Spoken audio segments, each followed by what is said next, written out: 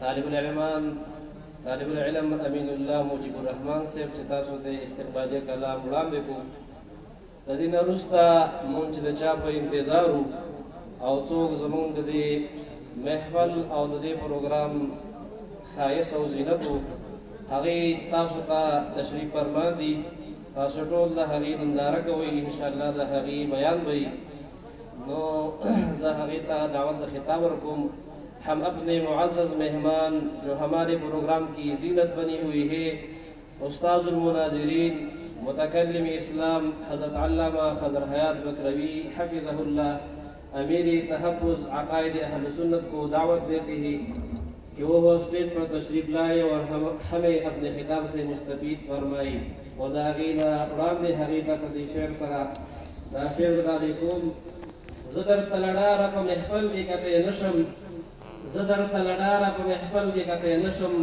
سترگی چراوانوی نزلون وارخطا شی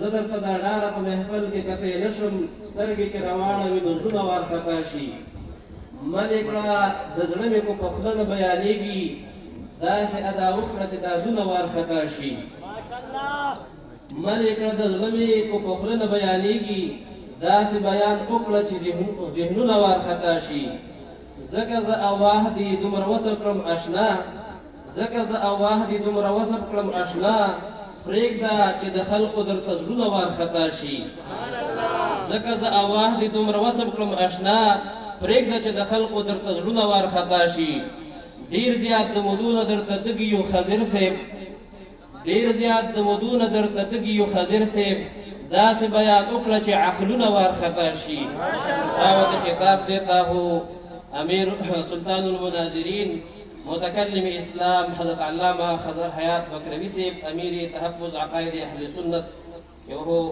ہم کو قرآن و حدیث کی روشنی میں اپنی خیالات کا اظہار کریں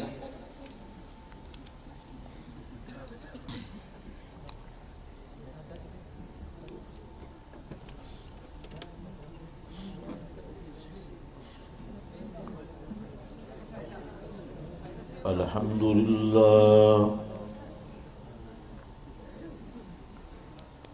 الحمدللہ رب العالمین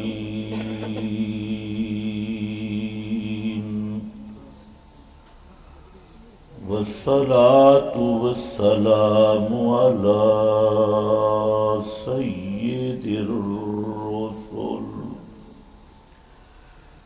على سيد الرسل وخاتم النبيين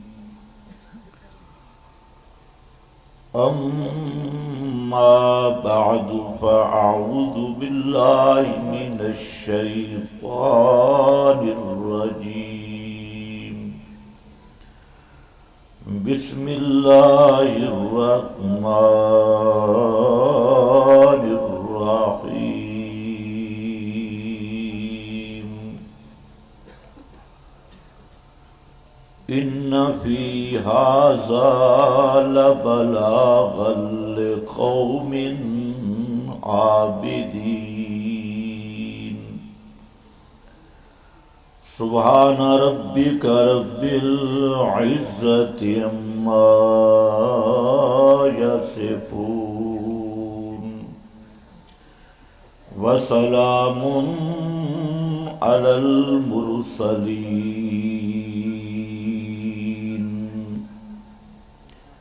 والحمد لله رب العالمين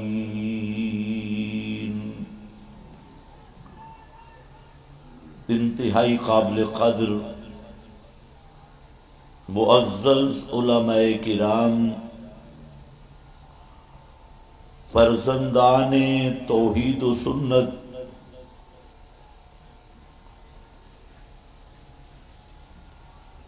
آج کی یہ مبارک تقریب تکمیل مشکات شریف کے سلسلہ میں منعقد کی گئی اور آپ کے علاقہ باجوڑ کے مخلصین علماء کرام اور مجاہد نوجوانان، ان کی یہ محبت تھی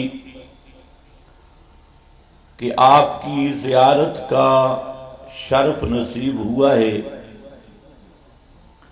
یہ الگ بات ہے کہ آپ میری بولی نہیں سمجھتے اور میں آپ کی نہیں سمجھتا، تو دونوں طرف سے کام پورا ہے۔ لیکن اہل توحید اور حقیقی اہل سنت والجماعت کہ علماء، طلباء اور عوام الناس کی زیارت کرنا بھی خالص ثواب ہے اور اللہ تعالی کی رضا کا ایک ذریعہ ہے۔ میں آپ کے سامنے چند بکھری ہوئی باتیں ذکر کروں گا، نہ میں خطیب ہوں نہ مقرر ہوں، میں چھوٹا موٹا مدرس آدمی ہوں۔ سب سے پہلی بات یہ ہے کہ قرآن کریم اس مخلوق پر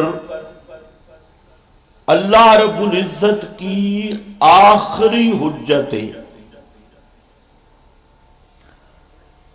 جب جناب آدم علیہ السلام زمین پہ اتارے گئے، جنت سے زمین پہ اترے،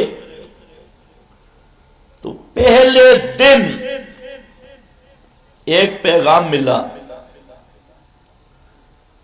جس کا خلاصہ یہ تھا کہ جنت سے زمین پہ اتر گئے،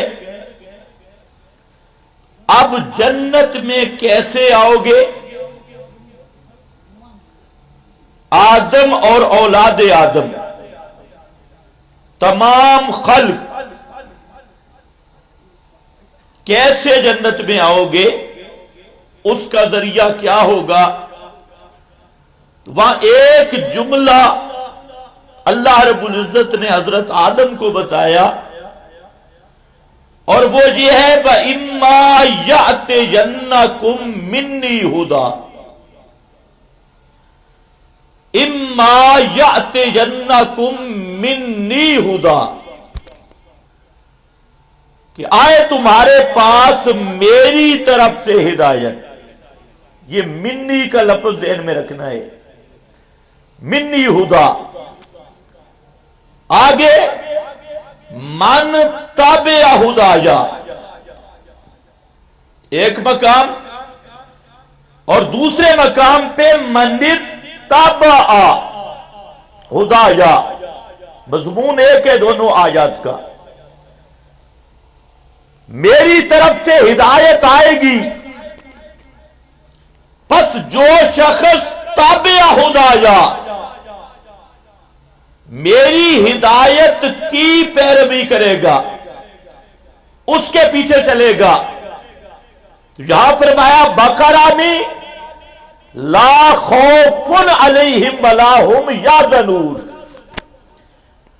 اور ادھر دوسرے مقام پہ من اتبع ہدایا لا یضل ولا یشقی، جو میری ہدایت کی پیروی کرے گا لا یضل، وہ گمراہ نہیں ہوگا، راستہ نہیں بھولے گا، ولا یشقی، اس کے دو معنی، لا یشقی بدبخت نہیں ہوگا، بدقسمت نہیں ہوگا، اور دوسرا معنی یشقی مشقت میں نہیں پڑے گا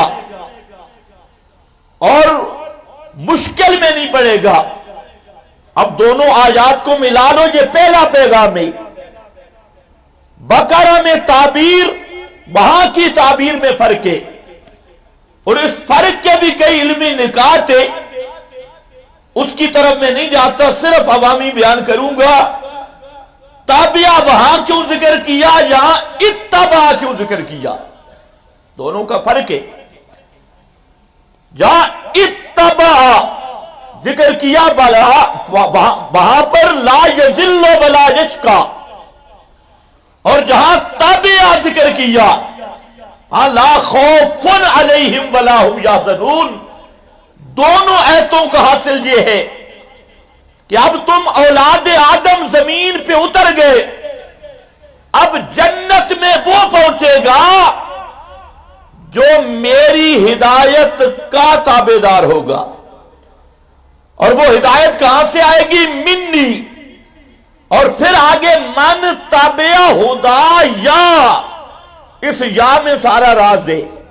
ہدا یا جو میری طرف سے ہدایت آئی، اسی ہدایت کی پیروی کرنے والا، اور اتباع تابعین، اس کا اصل مادہ طبیعن، طبیعتن، گائے کے 1 سال کا بچڑا وہ طبیعن ہے، اور مؤنث طبیعتن ہے، اسی سے اتباع بھی، تابعہ بھی، اور طبیعن کو تابعین کے جو مادہ اس کی خاصیت ہے، طبیعن کو طبیعن اس لیے کہتے ہیں کہ اس کا اپنا پروگرام کوئی نہیں ہوتا، وہ تابع ہوتی ہے اپنے ماں کی قدموں کے، اس کا اپنا پروگرام نہیں، اپنی سوچ نہیں، اپنی فکر نہیں، اس کی وہاں بلندی پہ، طبیعہ بلندی پہ، ماں کنویں میں اتر گئی، وہ طبیعن بھی کنویں میں اتر گیا، ماں مشرق کی طرف، طبیعہ مشرق کی طرف، ماں مغرب کی طرف، طبیعہ مغرب کی طرف، وہ اپنی بلندی میں، دائیں میں، بائیں میں، اونچ نیچ میں وہ اپنی کوئی سوچ نہیں رکھتا، اس کی نظریں ہوتی ہیں اپنی ماں کے قدموں کی طرف۔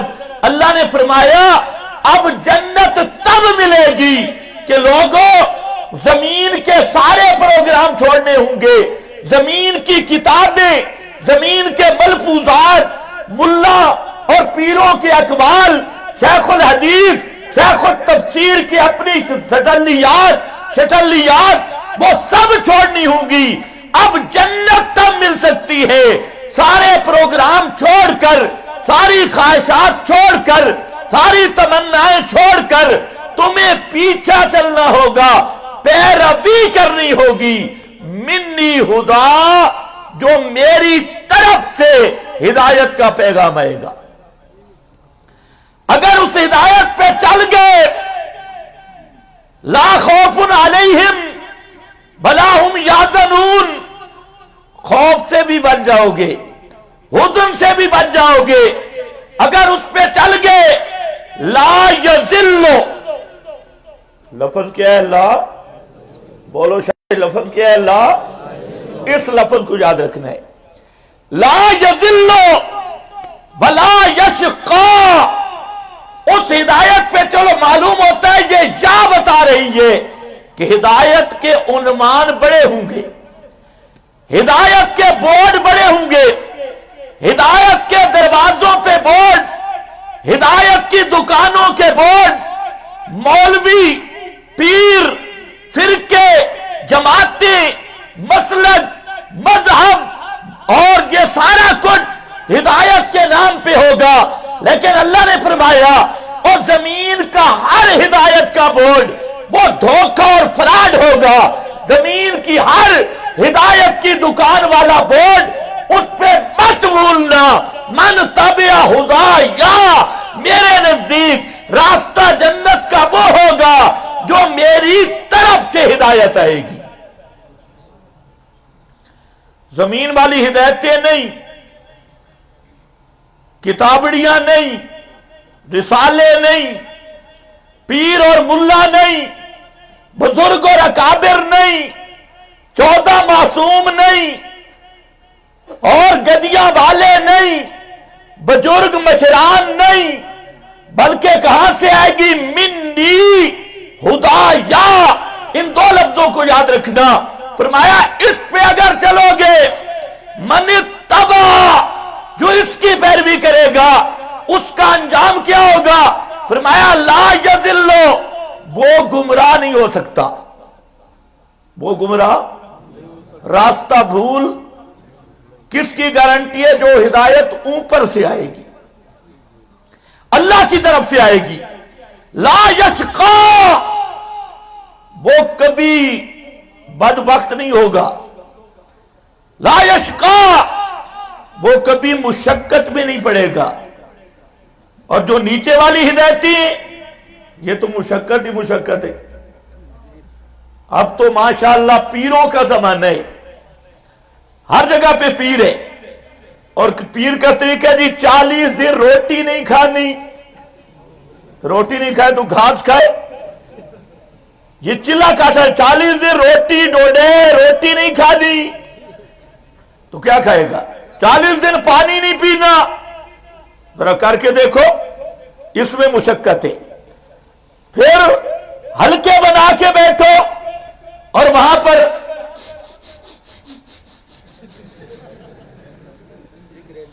یہ ہدایت ہے۔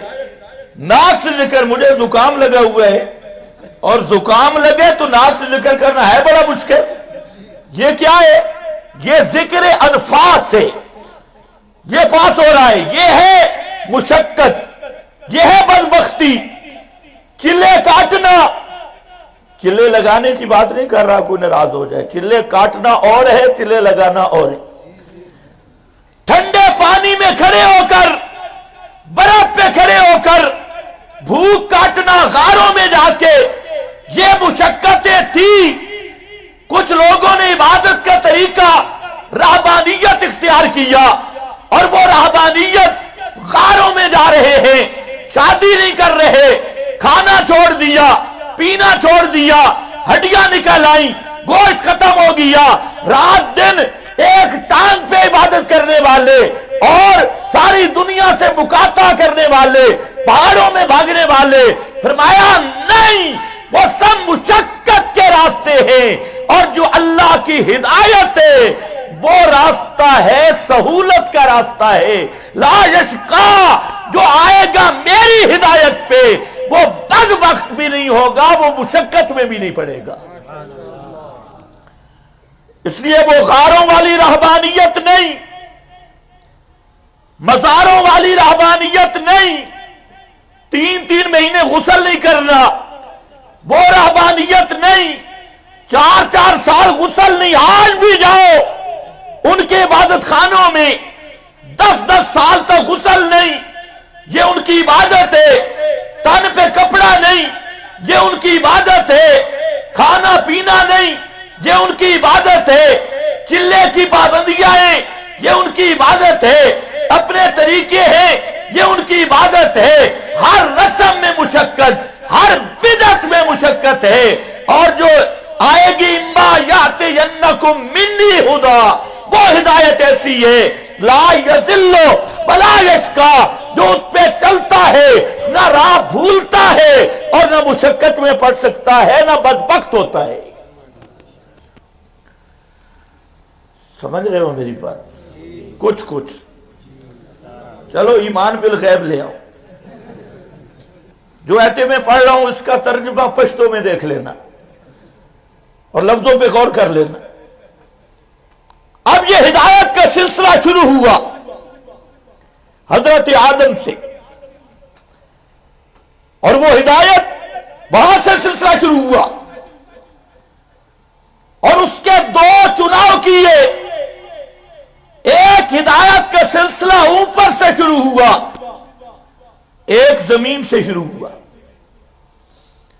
2 رکن رکھے، زمین سے انبیاء کا انتخاب ہوا، ورثۃ الانبیاء کا انتخاب ہوا، مجتبی لوگ، مصطفیٰ لوگ، معصوم پیغمبران، ان کا زمین سے انتخاب ہوا، اور عرش سے انتخاب ہوا۔ کتب، صحائف سلسلہ یہ اوپر سے شروع ہوا، نیچے انبیاء کا سلسلہ شروع ہوا۔ انبیاء کرام کا تعلق زمین سے تھا، ان کی تعلیم تربیت کا تعلق وہ منی کے ساتھ تھا، وہ ہدا یا کا مصداق تھا، اللہ کی طرف سے وہ وحی آتی رہی۔ 7 لاکھ کے قریب حضرات انبیاء کرام زمین سے تشریف لائے، اور اوپر سے وحی کا سلسلہ کبھی صحائف کی صورت میں، کبھی زبور کی صورت میں، کبھی انجیل کی صورت میں، کبھی تورات کی صورت میں، اور کبھی صحائف موسیٰ، صحائف ابراہیم کی صورت میں، کبھی تختیوں کی صورت میں، کبھی الہام کی صورت میں، کبھی وحی کی صورت میں، کبھی القاء کی صورت میں، کبھی وہاں پر جو معراج کی صورت میں، کبھی کچھ ہوا کبھی کچھ ہوا، یہ رابطہ رہا۔ نیچے سے انبیاء کی جماعت چلی، اوپر سے آسمانی کتابیں چلی، یہ منی خدا تھا، حتیٰ کہ آخر میں آ کے نیچے کا سلسلہ بھی ختم کر دیا، اوپر کا سلسلہ بھی ختم کر دیا۔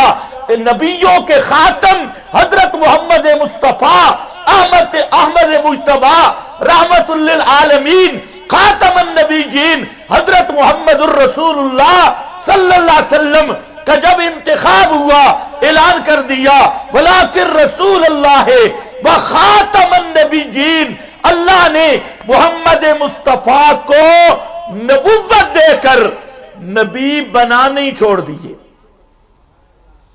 نبوت کا سلسلہ ختم کر دیا۔ انقطعت النبوت والرسالہ، انقطاع ہو گیا۔ اور ختم نبوت کا معنی بھی ذہن میں رکھ لو، آج کل یہ معنی مولویوں کو سمجھانا پڑتا ہے۔ ختم نبوت کا کیا معنی ہے؟ اس کے لیے آپ کو میرے پاس دورہ پڑھنا پڑے گا، ورنہ بڑا مشکل ہے۔ ختم خاتم النبیین کا معنی آخر من نبیا لا ینبأ احد بعدا، کہ محمد مصطفیٰ کو نبوت دے کر آپ کو جب نبوت ملی، آپ کے بعد کسی کو نبوت مل نہیں سکتی۔ آپ کو نبوت ملنے کے بعد کسی کو نبوت، یار سمجھ آئے نہ آئے کچھ بولتے رہو، کوئی نبوت مل نہیں سکتی۔ آج کل کچھ لوگ کہتی ہیں حضرت عیسیٰ آئیں گے، میں نے کہا آئیں گے، نزول عیسیٰ برحق، لیکن عیسیٰ کو نبوت پہلے ملی ہے، محمد مصطفیٰ کو نبوت بعد میں ملی ہے، حضرت عیسیٰ کو نبوت پہلے ملی ہے۔ اور ختم نبوت کا معنی اندلسی نے، بیزابی نے، مظہری نے، سب حضرات نے یہ کیا، آخر من نبیا لا ینبأ احد بعدا۔ البتہ یہ بات سمجھ لو، یہ یار لوگ کہتی ہیں، اہل بدعت کہا کرتے ہیں کنت نبیا وآدم بین الماء والطین، کنت نبیا وآدم بین الماء والطین۔ اس قسم کی روایات پڑھتی ہیں، خصوصاً مشکات پڑھنے والے آپ بھی توجہ کریں۔ اس کا کیا معنی؟ کنت نبیا، میں اس وقت نبی تھا جب آدم مٹی گارے کے درمیان میں تھے۔ اگر واقعی یہ بات ہے تو پھر 7 لاکھ انبیاء کو نبوت بعد میں ملی، تو پھر آپ اول النبیین ہیں یا آخر النبیین ہیں؟ جی آپ اول نبی بنتے ہیں یا آخری نبی بنتے ہیں؟ اور ایمان کیا ہے کہ آپ اول النبیین ہیں یا خاتم النبیین ہیں؟ آخری نبی ہے۔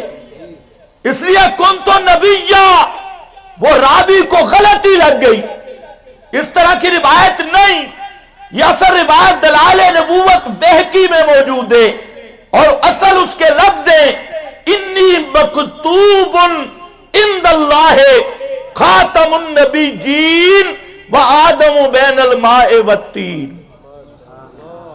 اصل یہ روایت ہے دلائل نبوت میں سند حسن کے ساتھ، اور اس کی تو سند بھی گڑبڑ ہے۔ کنت نبیا، تو اس لیے یاد رکھو اس روایت سے کوئی دھوکہ کھائے ایمان اور عقیدے کا مسئلہ ہے کہ حضرت محمد مصطفیٰ آخری نبی ہے، اور آخری کا معنی ان کو نبوت ملنے کے بعد کوئی نیا نبی نہیں بن سکتا۔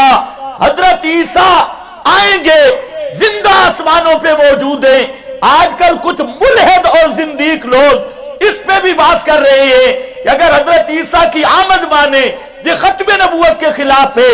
میں نے کہا مانا تم نے بھی ختم نبوت کا نہیں سمجھا، اور جو کنتو نبیہ والی روایتیں پیش کرتے ہیں مانا ان کا بھی ایمان ختم نبوت پہ نہیں ہے۔ اشاعت التوحید و سنہ یہ کہتے ہیں پہلے خاتم النبیین کا مفہوم سمجھو کہ محمد عربی کو نبوت ملنے کے بعد نیا نبی بن کوئی نہیں سکتا۔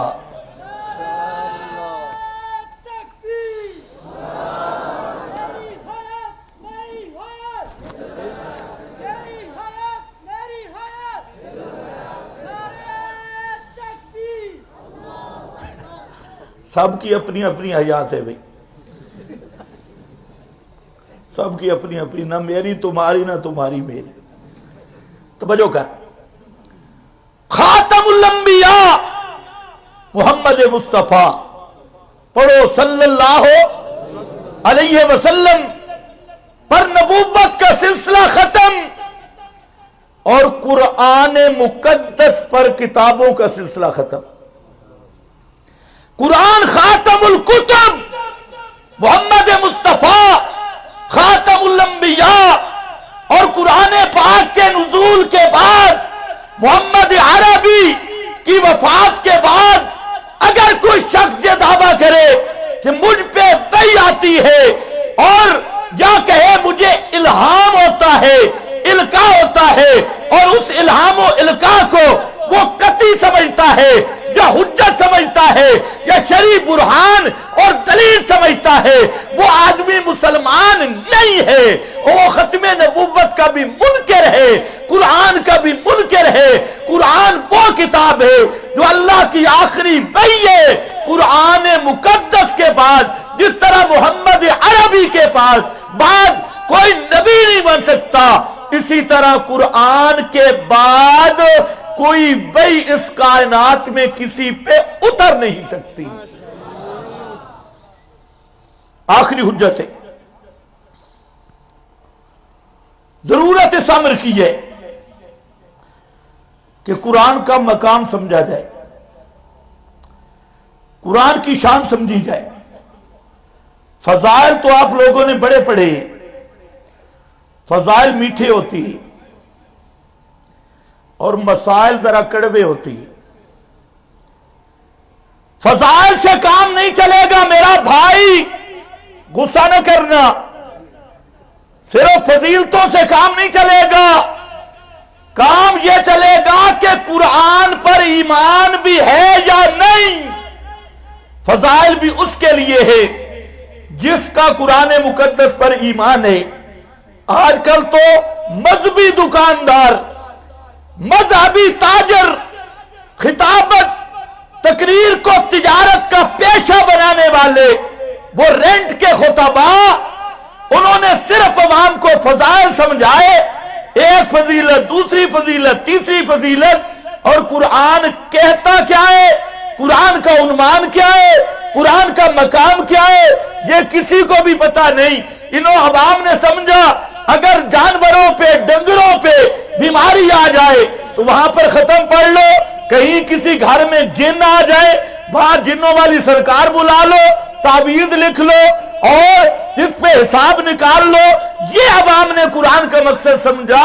اس لیے میرا بھائی، ہماری دعوت یہ ہے اشاعت التوحید کی، پہلے قرآن کی پہچان تو کرنا، قرآن کتاب کیسی ہے، ہونی چاہیے یا نہیں؟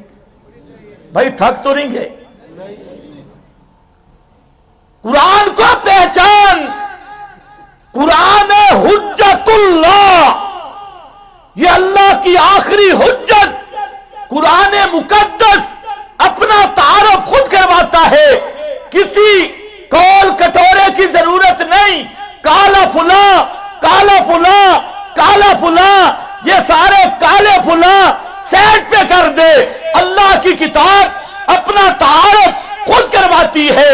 قرآن ہے کیا؟ فرمایا ہدی للناس۔ کیا ہے؟ کیا ہے؟ ہدی للعلماء، ہدی للعلماء، ہدی للاولیاء، ہدی للائمہ۔ مولویوں کے لیے ہدایت، پیروں کے لیے ہدایت، اولیاء کے لیے ہدایت، انبیاء کے لیے ہدایت نہیں۔ قرآن ہے ہدی للناس، ہدی للناس، جو الناس کا فرد ہے، جو بھی آدم کا بیٹا ہے، جو بھی انسان ہے، آدم کا بیٹا ہے، انسان ہونا شرط ہے، ہر انسان کے لیے یہ قرآن کے ہدا۔ بولو کیا ہے یار؟ بولو کیا ہے؟ پشتو والو بولو کیا ہے؟ ہدا۔ اب آؤ، اما یاتینکم منی ہدا، آگے آخری ہدی للناس، ہدی للناس، ان ھذا القرآن یہدی، اما یاتینکم منی ہدا، ان ھذا القرآن یہدی للتی ہی اقوم۔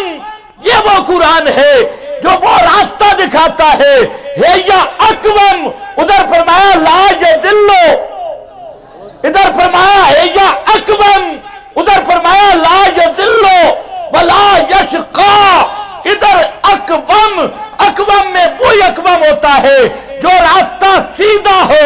جب راستے میں موڑ آ جائے، گلیاں بدل جائیں اور موڑ چوک آ جائیں، چوکوں میں، چوراہوں میں، ٹیڑھے پن میں، راستے کے بلبلاکے میں آدمی بھول سکتا ہے۔ فرمایا اقوم، وہ ہدایت سیدھا راستہ ہے، اس پہ چلنے والا لا یضلو، وہ کبھی بھول سکتا، اور ہے بھی اقوم، شارٹ کٹ راستہ ہے، اس میں لمبا سفر بھی نہیں، شارٹ کٹ راستہ ہے۔ لا یشقا، اس پہ چلنے والا مشقت میں بھی نہیں پڑے گا، اس پہ آنے والا بھولے گا بھی نہیں۔ ان ھذا القرآن، اور فرمایا ھذا بیان للناس، بیان للناس، ھدی للناس، بیان للناس۔ یہ قرآن بیان ہے لوگوں کے لیے۔ یا اللہ، ہمیں تم لوگ کہتے ہیں، مولوی ڈراتے ہیں، پیر ڈراتے ہیں، سب کہتے ہیں قرآن تو سمجھ ہی نہیں آتا، 14 علوم چاہیے، 18 علوم چاہیے، 15 علوم چاہیے، قرآن آسان کتاب نہیں، اس کے قریب نہ جانا۔ اللہ نے ایک ہی صورت میں بار بار قسمیں اٹھائیں، فرمایا وَلَقَدْ يَسَّرْنَا الْقُرْآنَ، وَلَقَدْ يَسَّرْنَا الْقُرْآنَ لِلذِّكْرِ، لِلذِّكْرِ، لِلذِّكْرِ، لِلذِّكْرِ۔ مجھے اپنی ذات کی قسم، میں نے قرآن کو بہت آسان بنایا۔ یا اللہ آسان کیسے؟ یہاں تو امام راضی کے قدم بھی رکے ہیں، آلوسی کے قدم رکے ہیں، بڑے بڑے مفسرین ہیں، زندگیاں گزر گئیں، بعض مقامات حل نہیں ہوئے۔ تو یسرنا القرآن کا کیا معنی؟ فرمایا ہاں للذکر، للذکر، مسئلہ سمجھانے کے لیے، مسئلے کے بیان کے لیے، معانی اولیہ کے اعتبار سے ایمان کا مسئلہ، عقیدے کا مسئلہ سمجھانے کے لیے قرآن کو آسان کر دیا، اور اسی معنی میں ذکر کیا اِنَّا نَحْنُ نَزَّلْنَا الذِّكْرَ، نَزَّلْنَا الذِّكْرَ۔ حالانکہ الذکر سے مراد القرآن ہے، تعبیر القرآن کی نہیں رکھی، تعبیر الذکر کی رکھی ہے۔ نزلنا القرآن، اِنَّا نَحْنُ نَزَّلْنَا الذِّكْرَ، فرمایا لِلذِّكْرِ،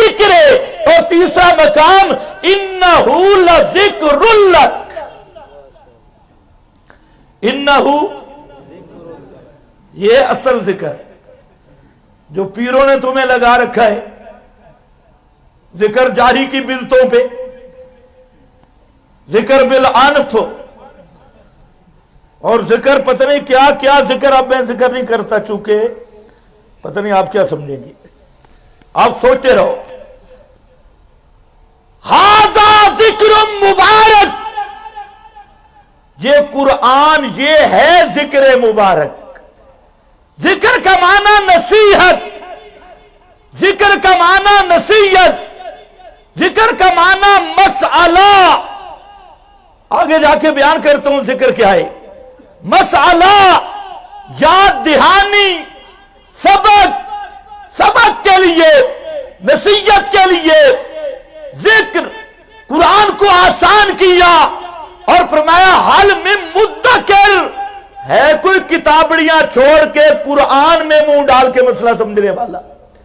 حل من مدکر، ہے کوئی اپنے پیر اور ملا کی تقلید میں اندھا پن چھوڑ کر، اپنے شیخ الحدیث اور بزرگ کی اندھی تقلید چھوڑ کر، ان کی اندھا دھند یہودیوں والی پیروی چھوڑ کر، حل من مدکر، ہے کوئی قرآن میں منہ ڈالنے والا، ہے کوئی قرآن سے مسئلہ پوچھنے والا؟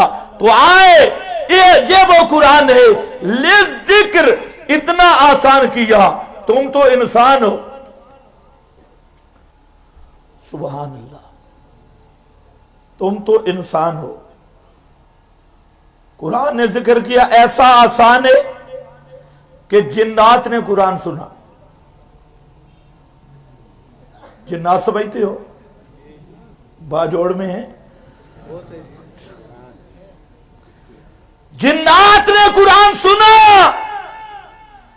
اللہ کے محبوب نے سمجھایا بھی نہیں، نماز میں تلاوت کی، درس نہیں دیا. صبح کی نماز میرے محبوب پڑھ رہے ہیں، جنات نے آ کے سنا، اور سن کر جن قرآن کا مسئلہ سمجھ گئے. لذکر، اتنا آسان. اب وہ جن 18 علوم پڑھے ہوئے نہیں تھے، 14 علوم نہیں، وہ شیخ الحدیث نہیں تھے، وہ منطق، فلسفہ، معانی، بلاغت کے ماہرین نہیں تھے، وہ صرف نام ضرب یضرب، وہ ضربن پہ ساری زندگی انہوں نے نہیں گزاری تھی. وہ آئے، انہوں نے قرآن سنا اور سن کر کہنے لگے انا سمعنا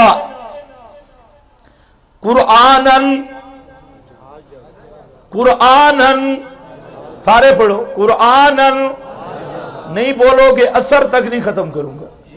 قرآنن عجبا، انا سمعنا قرآنن عجبا، ہم نے سنا ہے بڑے بڑے مولویوں کو، بڑے بڑے پیروں کو، بڑے بڑے جن کے پیٹ گردوارہ کے گنبد جتنے ہوا کرتے تھے، بڑے بڑے پیٹ والے مولوی، کھانے والے مولوی پیر، ہم نے ان کو بھی سنا، یہودیوں کو سنا، عیسائیوں کو سنا، ان کے بڑے بڑے پنڈتوں کو سنا. لیکن آج جو ہم نے مسئلہ سنا ہے عجباً، یہ بالکل نیا مسئلہ ہے.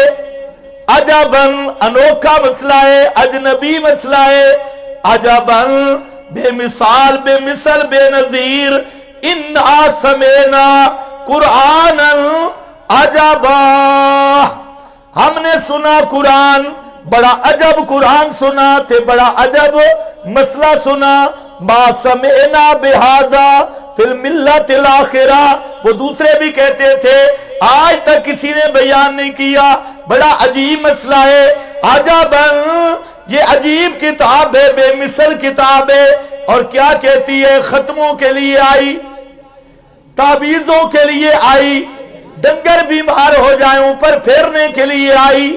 یہ کیوں آئی؟ یہدی الی الرشد، یہدی، بولو شاہ بھائی، یہدی، یہدی الی الرشد، اما یاتینکم منی ہدا، یہدی الی الرشد.